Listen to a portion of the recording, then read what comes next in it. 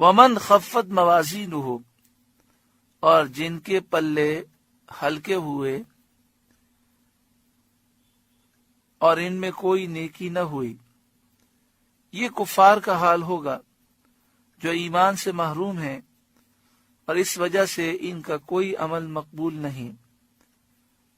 فَأُولَئِكَ الَّذِينَ خَسِرُوا أَنفُسَهُمْ بِمَا كَانُوا بِآيَاتِنَا يَظْلِمُونَ، تو وہی ہیں جنہوں نے اپنی جان نقصان میں ڈالی ان زیادتیوں کا بدلہ جو ہماری آیتوں پر کرتے تھے، کہ ہماری آیتوں کو چھوڑتے تھے، جھٹلاتے تھے اور اطاعت سے منہ موڑتے تھے، اس کا بدلہ یہ ہے کہ وہ جہنمی ہیں۔ وَلَقَدْ مَكَّنَّاكُمْ فِي الْأَرْضِ، اور بے شک ہم نے تمہیں زمین میں جماؤ دیا، طاقت دی۔ وَجَعَلْنَا لَكُمْ فِيهَا مَعَائِشَ، اور تمہارے لیے اس میں زندگی کے اسباب بنائے اور اپنے فضل سے تمہیں راحتیں دیں، باوجود اس کے تم قلیلا ما تشکرون، بہت ہی کم شکر کرتے ہو۔ اللہ تعالی نے تمہیں زندگی کا اسباب دیے، سواریاں عطا فرمائی، مکانات عطا فرمائے، بال بچے دیے، رشتہ دار دیے، زمین میں طاقتیں دیں، عہدہ منصب عزتیں عطا فرمائی، کتنی نعمتیں دیں، لیکن تم بہت کم شکر کرتے ہو۔ صدر افاضل مولانا نعیم الدین مراد آبادی علیہ رحمہ لکھتے ہیں، شکر کی حقیقت نعمت کا تصور اور اس کا اظہار ہے۔ یعنی شکر کس کو کہتے ہیں؟ آدمی نعمت کو نعمت سمجھے اور اس کا اظہار کرے، یعنی وہ خوش ہو دل سے کہ میرے رب نے تو مجھے بہت دیا، اللہ کا شکر ہے۔ اور ناشکری کسے کہتے ہیں؟ تو آپ فرماتے ہیں نعمت کو بھول جانا اور اس کو چھپانا، نعمت کو بھول جانا اور اسے چھپانا، یہ ناشکری ہے۔ اللہ تبارک و تعالی ہر ایک کو ناشکری سے محفوظ فرمائے۔ عجیب سوچ ہے، کروڑوں پتی آدمی ہوتے ہیں، لکھ پتی ہوتے ہیں، ہزاروں روپے کما رہے ہوتے ہیں، اچھے سے اچھا کھا رہے ہوتے ہیں، آپ ان سے پوچھے ماشاءاللہ کاروبار کیسا چل رہا ہے؟ ہاں یار دال روٹی چل رہی ہے، بس گزارا ہو رہا ہے۔ ارے آپ اللہ تعالیٰ اتنا دے رہا ہے اور آپ اس انداز سے ذکر کر رہے ہیں۔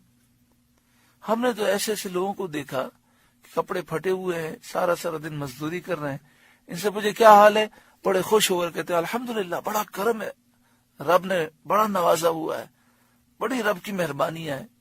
اور یہاں اللہ تعالیٰ نے آپ کو اتنا دیا ہے اور آپ کہتے ہیں بس ٹھیک ہے، گزارا چل رہا ہے، دال روٹی چل رہی ہے۔ پھر کہتے ہیں ہم تو ہر حال میں اللہ کا شکر کرتے ہیں۔ ذرا ان سے کوئی پوچھے کہ آپ نے ہفتے میں دال روٹی کتنی دفعہ کھائی ہے؟ اتنی انواع و اقسام کی نعمتیں کھا رہے ہیں، لیکن انداز کیسا ہے؟ قلیلا ما تشکرون، بہت ہی کم تم شکر کرتے ہو، اور شکر نہ کرنے کی وجہ سے نعمتوں سے محروم ہو جاتے ہیں۔ لئن شکرتم لازیدنکم، اگر تم شکر کرو گے تو میں ضرور بضرور تمہاری نعمتوں میں اضافہ کروں گا، اللہ تعالیٰ فرماتا ہے۔ اللہ تعالیٰ عمل کی توفیق عطا فرمائے۔ سورہ اعراف کا پہلا رکوع مکمل ہوا، اللہ تعالیٰ اس رکوع کی نصیحتوں پر عمل کی توفیق عطا فرمائے، خاص طور پر ہمیں بہت زیادہ شکر کرنے کی توفیق عطا فرمائے۔ کبھی بھی فارغ بیٹھے ہوں تو اللہ کی نعمتوں کو یاد کرتے جائیں اور کہتے جائیں یا اللہ تیرا شکر ہے، تو نے یہ بھی دی، یا اللہ تیرا شکر ہے، تو نے یہ بھی دی۔ حضرت شیخ سعدی رحمۃ اللہ تعالی علیہ، آپ مسجد سے باہر نکلے تو کوئی آپ کا جوتا چرا کے لے گیا، اب آپ بغیر جوتے کے جا رہے تھے، سب دیکھیں شیخ سعدی بغیر جوتے کے ہیں، تو آپ کو بڑی شرم آ رہی تھی، آپ کہہ رہے تھے میرے پاس جوتے ہی نہیں ہیں، جوتے تو چور لے گیا۔ تو آپ کی نظر پڑی ایک ایسے شخص پر جس کے دونوں پاؤں نہیں تھے، آپ نے کہا اللہ مجھے معاف فرما، میرے تو صرف جوتے گئے ہیں، اس کے تو دونوں پاؤں چلے گئے، تو مجھے تو شکر کرنا چاہیے۔ شکر کا ایک انداز یہ بھی ہوتا ہے کہ جب بھی ہم کسی شخص کو دیکھیں کہ جو نعمت ہمارے پاس ہے وہ نعمت اس کے پاس نہیں ہے، تو ہم اللہ کا شکر ادا کریں۔ اور شکر کے لیے یہ بھی ضروری ہے کہ ہم یہ عقیدہ رکھیں کہ جو نعمتیں ہمارے پاس ہیں اس میں ہمارا کوئی کمال نہیں ہے، محض محض محض اللہ کا فضل ہے، یہ اس کا کرم ہے، ہم اس کے قابل ہی نہیں ہیں، یہ ہمارے مالک کا فضل ہے۔ رحمت للعالمین صلی اللہ علیہ وسلم کے صدقے و طفیل اللہ نے فضل فرمایا۔ اللہ تعالی ہمارے گناہوں کو معاف فرمائے۔